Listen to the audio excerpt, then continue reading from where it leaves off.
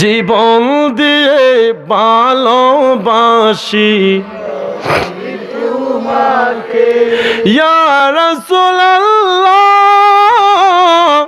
ইয়া হাবিবাল্লাহ কবে যাব রোজা পাকে দেব কবে সালাম মিটবে দিলের পেরেশানি ছুমে তোমার কদম সুবহানাল্লাহ কবে যাব রোজা পাকে দেব কবে সালাম মিটবে দিলের পেরেশানি ছুমে তোমার কদম দল হব মদিনার দুলামকে জীবন দিয়ে ভালোবাসি নবী তোমাকে জীবন দিয়ে ভালোবাসি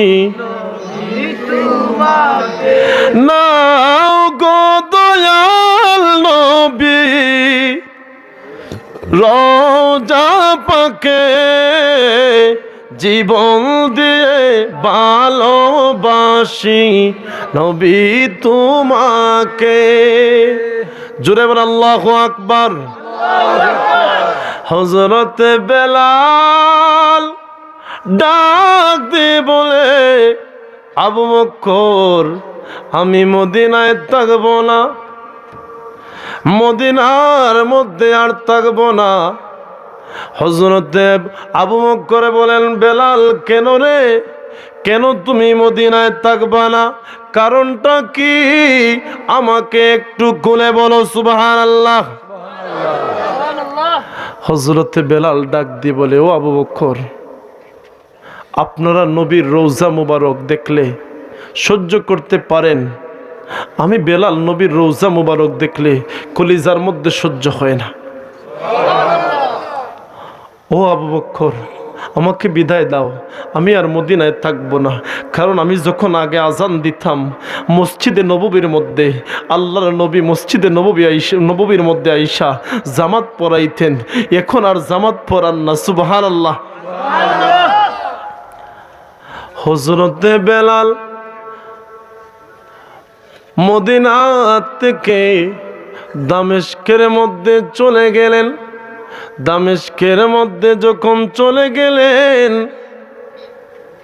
একদিন না 2 দিন না 6 মাস থাকা শুরু হয়ে গেল হঠাৎ করে ঘুমের ঘরের মধ্যে তাকে দেখে আল্লাহর নবী স্বপ্নের ঘরের মধ্যে বেলালের হাজিরা দিলেন বেলালকে ডাক দিয়ে বলেন ও বেলাল তোমার কি ইচ্ছা নাই আমি নবীর রওজা রাইখা আমি নবীর জিয়ারত রাইখা তুমি কেন এত দূরে চলে আসলা বেলাল রে তোমার কি ইচ্ছা হয় না আমি নবীর রওজা জিয়ারত করার জন্য সুবহানাল্লাহ জবান খুলে বলেন আমার নবী জিন্দা না মুর্দা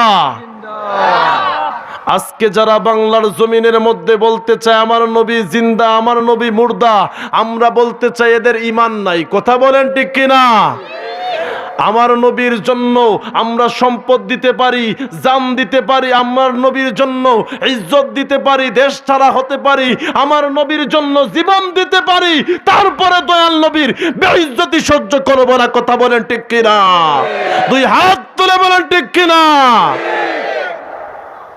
আমরা রাসূল চাই কি চাই না হযরত বেলাল রাদিয়াল্লাহু তাআলা আনহু ঘুমের ঘর থেকে উঠে গেলেন ঘুম থেকে যখন জাগ্রত হইয়া ইয়া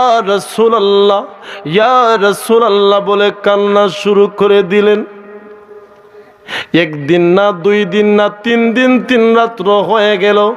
মসজিদে নববীর সামনে আয়েশা উপস্থিত হয়ে গেলেন। সঙ্গে সঙ্গে ওইদিকে নতুন মুয়াজ্জিন এসেছে তাহাজ্জুদের আজান দেওয়ার জন্য। আজ থেকে 141 হিজরি চলে যাচ্ছে, 150 বছর শুরু হয়ে যাবে। সঙ্গে সঙ্গে 1550 বছর শুরু, 1500 বছর হয়ে যাবে। সঙ্গে সঙ্গে হযরতে বেলাল মসজিদে নববীর সামনে আয়েশা মাথাটা লাগাইয়া ইয়া রাসূলুল্লাহ, ইয়া রাসূলুল্লাহ বলে চিৎকার করে সুবহানাল্লাহ। ওই দিকে নতুন মুয়াজ্জিন এসেছে মসজিদে নববীর মধ্যে তাহাজ্জুদের আজান দেওয়ার জন্য। আয়েশা তাকাইয়া দেখে মসজিদে নববীর সামনে হযরতে বেলাল উপস্থিত হয়ে গেলেন। আর একটা ডাক মেরে দিলেন, কে কোথায় আছো দেখো না। মসজিদে নববীর সামনে হযরতে বেলাল উপস্থিত হয়ে গেছেন। সুবহানাল্লাহ।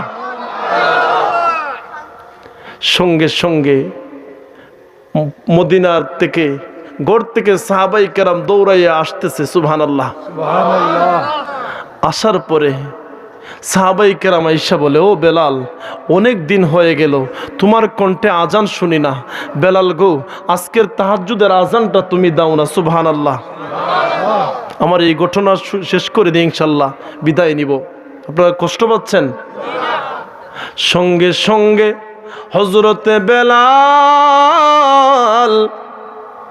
আল্লাহর নবীর কদমের কাছে গিয়ে বলে, ইয়া রাসূলুল্লাহ, ইয়া হাবিবাল্লাহ, নবী গো, ও মায়ার নবী, আপনার গোলাম আপনার কদমের সামনে হাজিরা দিলাম।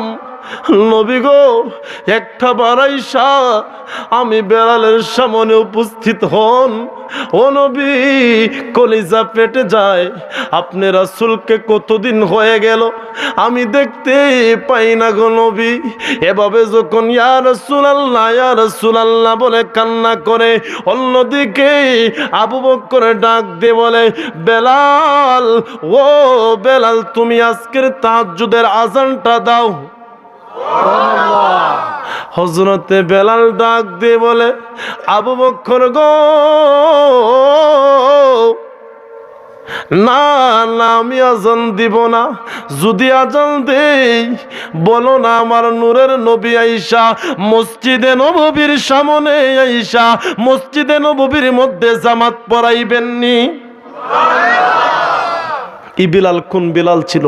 যখন আশহাদু আন্না মুহাম্মাদার রাসূলুল্লাহ বলতে গিয়ে আশহাদু আন্না মুহাম্মাদার রাসূলুল্লাহ বলে, সাহাবাই কেরাম দেখতেছেন রাস্তা দিয়ে হাঁটার সময় মুনাফিকরা খানাকানি শুরু করে দিল। কি বলতেছে? বেলালের দিকে এখন এদের ধর্মের, এদের মুহাম্মদের নাম ওই শুদ্ধ করে নিতে পারে না। নাউজুবিল্লাহ। মুনাফিক যুগে যুগে আছে না? ওরা এই কথা বলার পরে সাহাবাই কেরামের কান কারা হয়ে গেল। কি বলতেছে ওরা? এমন নাফরমানি শুরু করে দিল। আল্লাহ নবীর কাছে আয়েশা বলে, ইয়া রাসূলুল্লাহ, নবী গো, আমাদের মধ্যে অনেকের কণ্ঠ সুন্দর আছে। ইয়া রাসূলুল্লাহ, বেলালে যে আজানের মধ্যে আশহাদু আন্না মুহাম্মাদার রাসূলুল্লাহ বলে, ইয়া রাসূলুল্লাহ, আজানের জান্নাত লোভে নয় শুধু তোমার প্রেমে, এ হৃদয় করো